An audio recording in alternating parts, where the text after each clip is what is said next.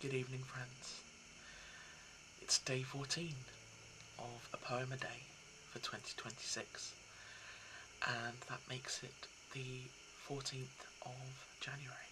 For some reason, my brain keeps wanting to say September, and that's obviously not correct. But here we are. It's Wednesday, my dudes, implied in a gender-neutral fashion.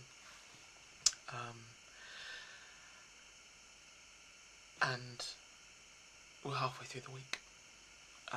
The standard working week at the very least. I hope that you're all doing well, that Wednesday has been kind to you, and you're ready for a nice, peaceful evening, or maybe you're hitting the gym, maybe you're going to spend time with friends, maybe you've got a work project that you've got to do some overtime on. Maybe, like I've mentioned before, you're heading out for a night shift. Maybe you've got something on with the kids. Whatever you're doing with your Wednesday evening, I hope it's going to go as well as possible for you. Let's see if I can help that a little bit with something from the Big Red Book.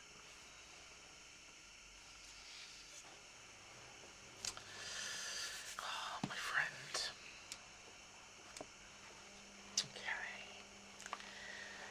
So, ooh, is a name I recognise and am very fond of. So, 14th of January brings us a piece called To Science by Edgar Allan Poe.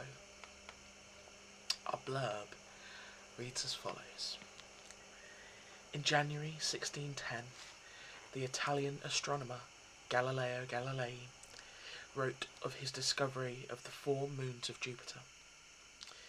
This was the first time someone had proved that there were objects in space that could not be seen with the naked eye, but which were visible through the use of a telescope, then a recent invention. Galileo's findings were not received well, particularly by the Catholic Church, and he was penalised for his claim that the Earth revolves around the Sun. He spent the last 8 years of his life under house arrest. In Poe's sonnet To Science, the poet asks a series of questions. Does science serve to tear poetry and mythology out of life itself and give us only dull realities? In a word, does science make things more boring? It's important to note that the poem doesn't answer its own questions. So, this is To Science, a sonnet by Edgar Allan Poe. Science, true daughter of old time thou art, who alterest all things with thy peering eyes, why pryest thou thus upon the poet's heart, vulture whose wings are dull realities? How should he love thee, or how deem thee wise, who wouldst not leave him in his wandering to seek for treasure in the jewelled skies, albeit he soared with an undaunted wing, and driven the hamadryad from the wood to seek a shelter in some happier star? Hast thou not torn the naiad from her flood, the elfin from the green grass, and from me the summer dream beneath the tamarind tree?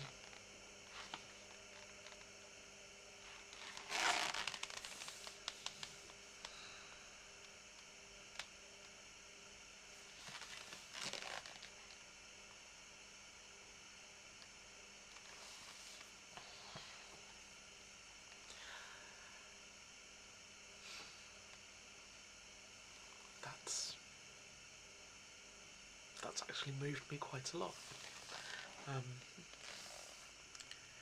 never read that before. I've never heard of it before. I love Poe. Um, Forgive me, I'm going to ramble a little bit here. I studied English literature at A-level, and the theme of our second year was the Gothic. I think I've mentioned before, my English literature teacher, Mr. Jones, brilliant man, and he got us incredibly enthusiastic about the Gothic. In all forms of media, and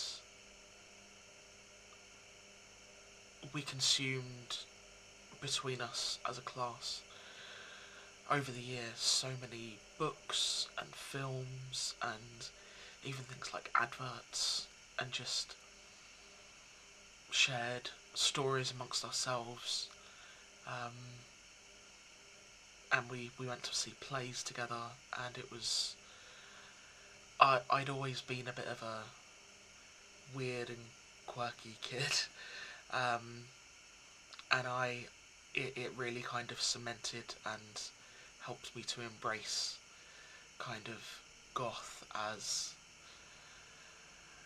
not just sort of a style, but a kind of lifestyle. I often refer to my personal style as kind of lazy goth. But I really fell in love with the works of Poe during that year,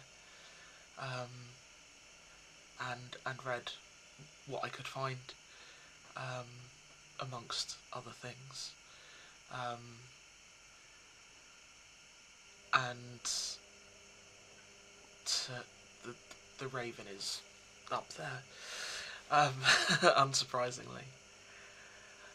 But to see and to read a sonnet from Poe and to share that with you all, in a moment like this, about something like science, and I'm big on science. I loved chemistry at school, and I'm quite a realist.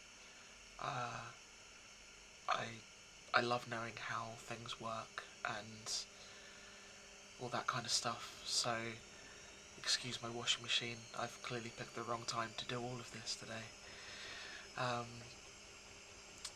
But yeah, knowing how things work and the reasons and all that kind of stuff. Although physics I do struggle with. Chemistry and biology, love them. Physics, bit too much for me. But yeah, no. So to have a love of science and a love of literature, just I'm a very happy Wren. Yes. I wish I could go back and share this with 16-year-old me. I truly do. But I'm really glad that I was able to share it with all of you this evening. Now, before my washing machine really amps up and treats us to the song of its people, I'm gonna head off. But I hope you all have a wonderful evening, and I'll see you tomorrow. Thank you for being here. Good night, friends.